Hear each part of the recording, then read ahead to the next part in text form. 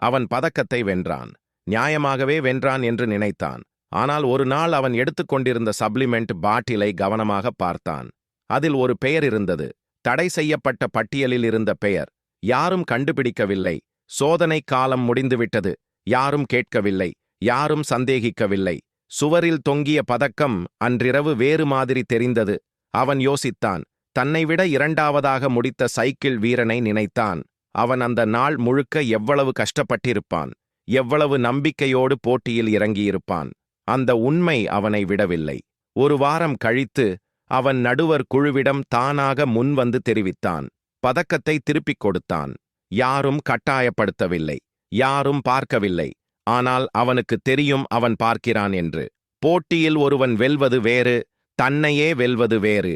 அந்த வித்தியாசத்தை உணர்ந்தவன் மட்டுமே உண்மையான வீரன்.